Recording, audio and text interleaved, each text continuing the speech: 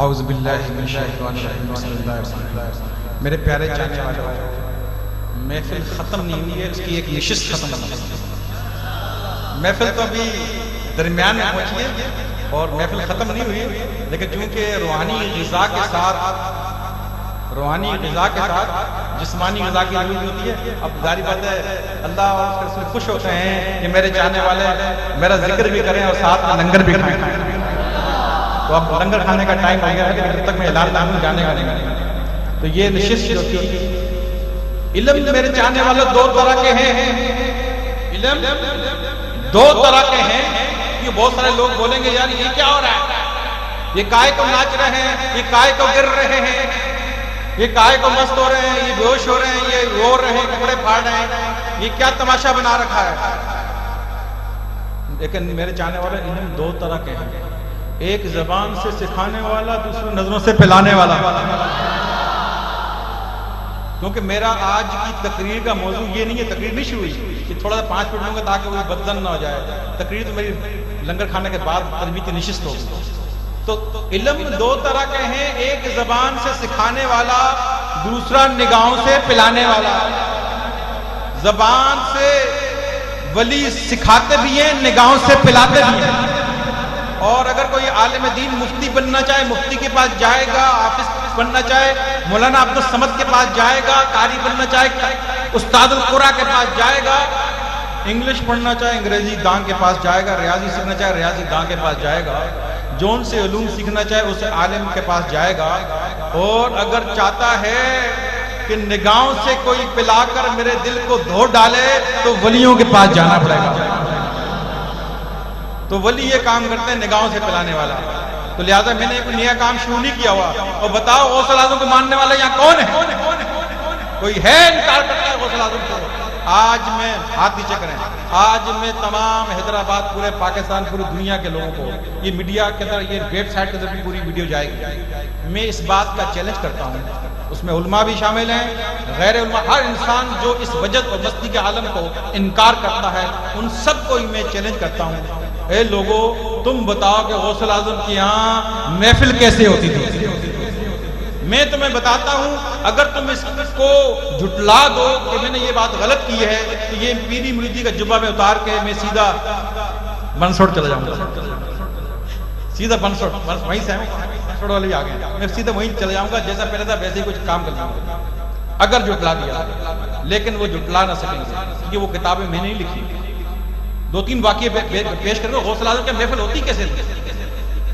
ایک کتاب ہے الغوث الجزدانی والفتح اور ربانی کا ترجمہ ہے، اس میں لکھا ہوا ہے کہ غوث اعظم کے یہاں محفل یہ ہوتی تھی، ایک قاری تقریر کرتا تھا اور غوث اعظم رضی اللہ عنہ اس کی تفسیر بیان کرتے تھے، ایسی تفسیر بیان کرتے کہ سننے والے حیران ہوتے ہیں، ایک ہی آیت کی کئی طرح سے تفسیریں بیان کرتے ہیں، یعنی تقریر فرماتے ہیں، بیان فرماتے ہیں۔ بیان کرتے کرتے آپ فرماتے ہیں لوگوں ہم آؤ کال سے حال کی طرف آتے ہیں، یہ کہہ کر آپ فرماتے لا الہ الا اللہ محمد رسول اللہ، یہ کہہ کر آپ مجمع پہ ایک نگاہ ڈالتے تو کچھ لوگ تڑپتے، کچھ مرغے بسمل کی طرح تڑپتے، کچھ آہو بکا کرتے، کچھ روتے، کچھ جنگلوں کی طرف بھاگتے، کوئی اپنے کپڑوں کو پھاڑتے اور کوئی بے ہوش ہو کر گرتے۔ اور جب پروگرام ختم ہوتا، اختتام ہوتا تو 1 2 3 4 ایک محفل ایسی بھی تھی جس میں سے 7 میت اٹھائے گئے۔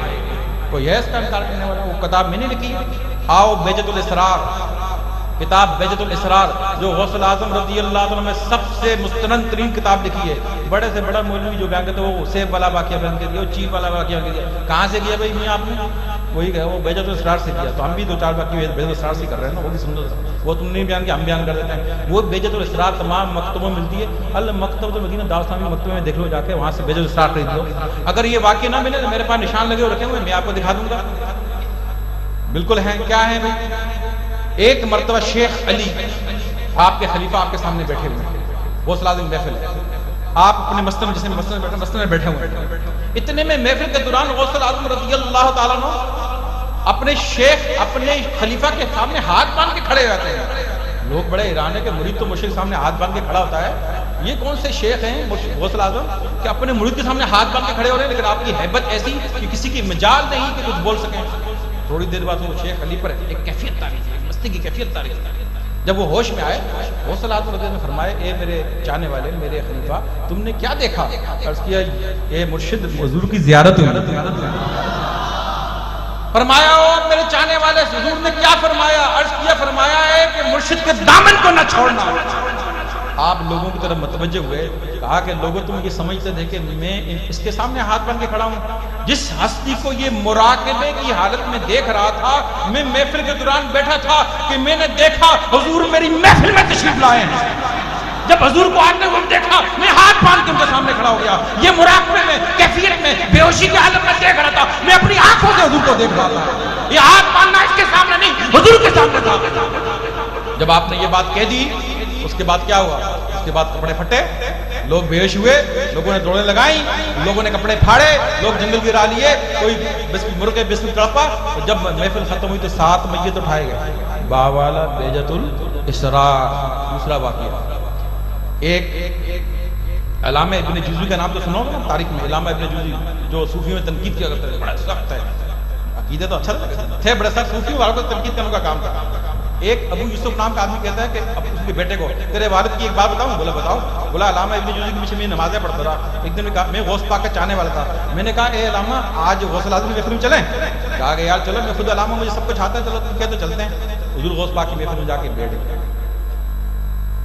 جب بیٹھ گئے، ایک قاری نے ایک آیت کو تلاوت کی، جیسے کہ آپ کا طریقہ تھا، آپ نے تفسیر بیان کی۔ اس نے کہا مجھے مولانا یہ آپ کو آتی ہے؟ بولا یار تم ہلکا لے رہے ہیں، کمال مجھے آتی ہے مولانا۔ دوسری تفسیر بیان کی، اسی آیت کی، بولا مولانا ہاں بھی آتی ہے۔ تیسری، چوتھی، پانچویں، 11ویں، بولا سب ہمیں آتی ہیں، تمہارے کہنے پہ آ گئے ہیں۔ جب 12ویں کو جب بیان کی تو مولانا کے کان کھڑے ہوئے، 40 وجوہات بیان کی۔ کہا کہ مولانا، بولا واللہ 11 آتی تھی، 29 آج پہلی مرتبہ سنی۔ جب یہ کہہ کر پھر غوث الاعظم نے فرمایا اے لوگو آؤ کال سے حال کی طرف آتے ہیں، آؤ کال سے حال کی طرف آتے ہیں۔ یہ کہہ کر آپ نے کلمہ پڑھا لا الہ الا اللہ محمد رسول اللہ، اور مجمع پہ نگاہ ڈالی جو ابو سالم ڈال رہا ہے۔ بس فرق یہ ہے کہ وہ سمندر تھے، میں قطرہ ہوں۔ وہ غوث الاعظم سمندر تھے، انہوں نے ہی پلایا اور میں قطرہ بن گیا۔ اب وہ میں قطرہ بھی 15ویں صدی کے لیے بہت ہے، اس زمانے کے لحاظ سے بہت ہے۔ وہ سمندر تھے، میں قطرہ ہوں۔ طریقہ وہی ہے، نگاہ ڈالی۔ علامہ ابن جوزی کہتے ہیں جب غوث الاعظم کی نگاہ مجھ سے ٹکرائی، میں کھڑا ہو گیا، اپنی قمیض کو پھاڑا اور پھینک دیا۔ لو جی، علامہ ابن جوزی نے قمیض کو پھاڑ کے پھینک دیا۔ حضور غوث پاک کی نظر ٹکرانی تھی کہ قمیض پھاڑ کے علامہ نے پھینک دی۔ کون سی کتاب میں لکھا بھائی؟ زور سے بولو، بیجت یاد رکھنا، بیجت الاسرار لکھا ہوا ہے۔ لو جی، تیسرا واقعہ سنا دیں۔ ایک ابو الحسن اندلسی، مولانا، بڑے عالم دین، مفتی، حضور غوث پاک کے چاہنے والے تھے۔ فرماتے ہیں کہ حضور غوث پاک کے 70 ہزار کا مجمع ہوا کرتا، 400 دفعاتیں کرتے تھی لکھنے کے لیے۔ ایک دن میں بہت دیر سے پہنچا، ان کے بیان شروع ہو چکا تھا اور 10,000 کا تقریباً بجے تھا، سب سے آخر میں جا کے بیٹھ گیا۔ حضور غوث الاعظم عبادت پر بیان کر رہے تھے۔ میں نے دل میں سوچا نہیں عبادت پر نہ کریں، آج تقوی کریں۔ میں نے دل میں سوچا حضور غوث پاک نے تقوی پہ شروع کر دیا بیان۔ میں نے کہا تقوی پہ نہیں، شوق پر بیان کریں۔ انہیں تقوی کے چھوڑ کے شوق پر بیان شروع کر دیا۔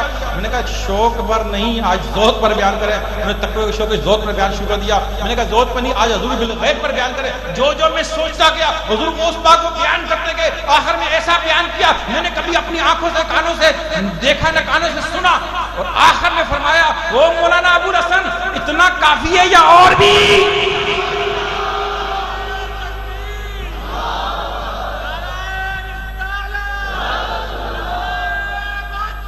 یہ زیادہ 3,000 کا مجمع ہوگا، 10,000 کے مجمع سے آواز دیتے ہیں او مولانا اتنا کافی ہے یا اور بھی؟ مولانا ابو الحسن فرماتے ہیں جب ان کی آواز میرے کانوں سے ٹکرائی، میں کھڑا ہو گیا، مجھ پہ کیفیت تاری ہوئی، میں اپنی قمیض کو پھاڑا اور پھاڑ کے پھینک دیا۔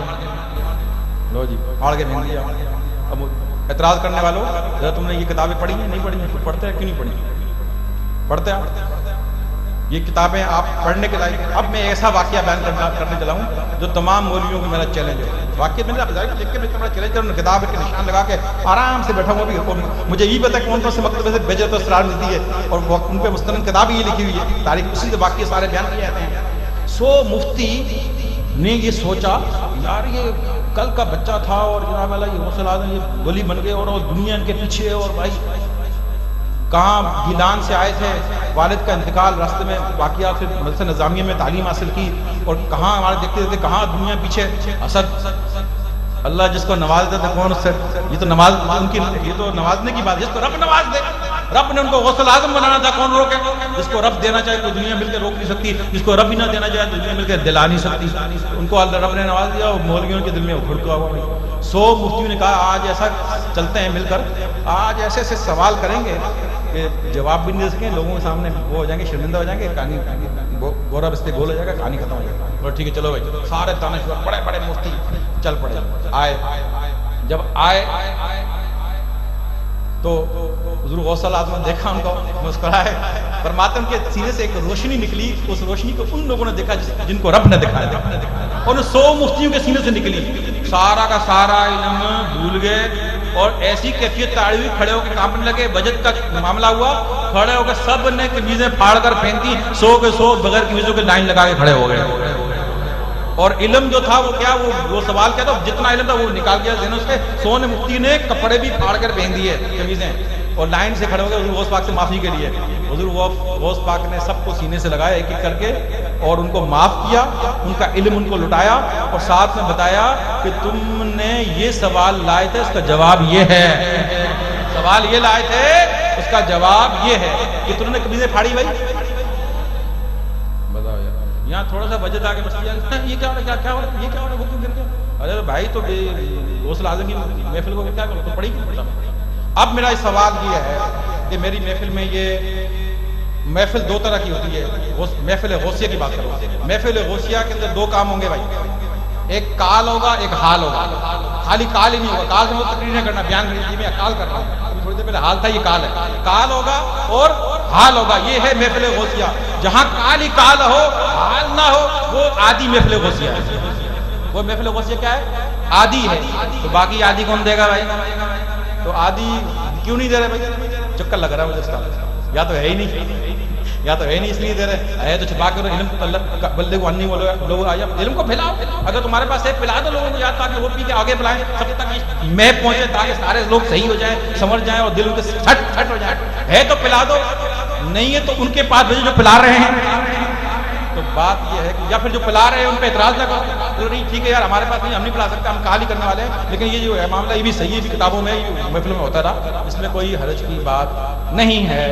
تو لہٰذا بات یہ ہے کہ یہاں پر کال بھی ہے اور حال بھی ہے، اور غوث اعظم محفل کا طریقہ ہی تھا کال و حال، پہلے کال تھا پھر حال تھا۔ یہاں جو محفل تھی وہ حال کی ہے، کہ تھوڑا سا میں نے کال بیان کیا ہے، مکمل نہیں کیا۔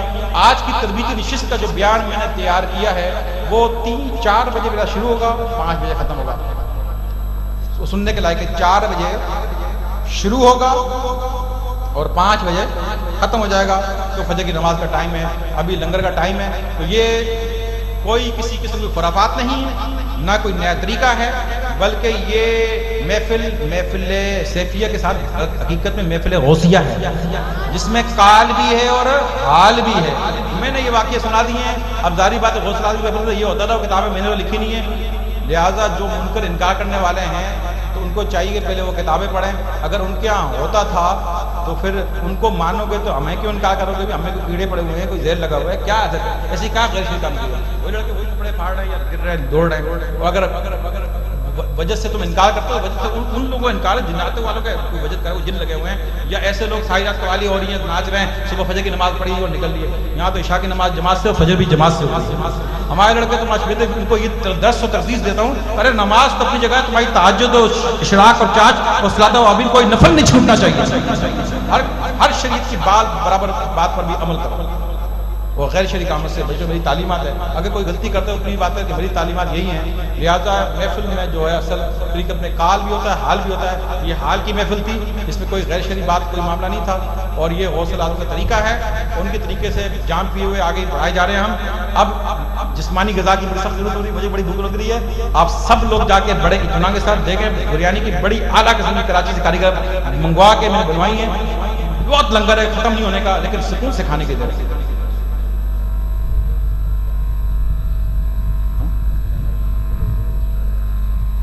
شروع کرتا ہے وہاں لنگر کھانا فل ہو گیا، آپ مطلب لنگر بہت ہے، بس اطمینان سے کھانے کی ضرورت ہے، افراتفری نہیں کرنا، آرام سے سکون سے لنگر کھاؤ، اور لنگر کھانے کے بعد وضو کر کے فوراً آپ نے آنا، ٹائم نہیں ہے ہمارے پاس، اس کے بعد پھر ہماری نشست شروع ہوگی کال کی، حال ہو گیا نا کال، کیونکہ جس کے پاس حال ہے کال نہ سیکھا وہ بھی خراب ہو گیا، جس نے کال کی طرف گیا حال نہ حاصل کیا وہ بھی خراب ہو گیا، جس نے دونوں کو ملا لیا وہ کامیاب ہو گیا۔ دونوں کا آنا ضروری ہے بھائی، کال اور حال، شریعت و طریقت کے دریا دونوں کا ملنا ضروری ہے بھائی، تب جا کے بات بنے گی۔ لہٰذا وہ باتیں سننی بھی ضروری ہے، ان پر عمل کرنا بھی ضروری ہے۔ لہٰذا آپ تمام کو لنگر کی اجازت دی جاتی ہے، جا کے سکون و اطمینان سے لنگر کھا کے وضو کر کے فوراً آ کے گراؤنڈ میں بیٹھ جائیں تاکہ اگلی نشست کا آغاز کیا جا سکے۔ وما علینا الا البلاغ المبین۔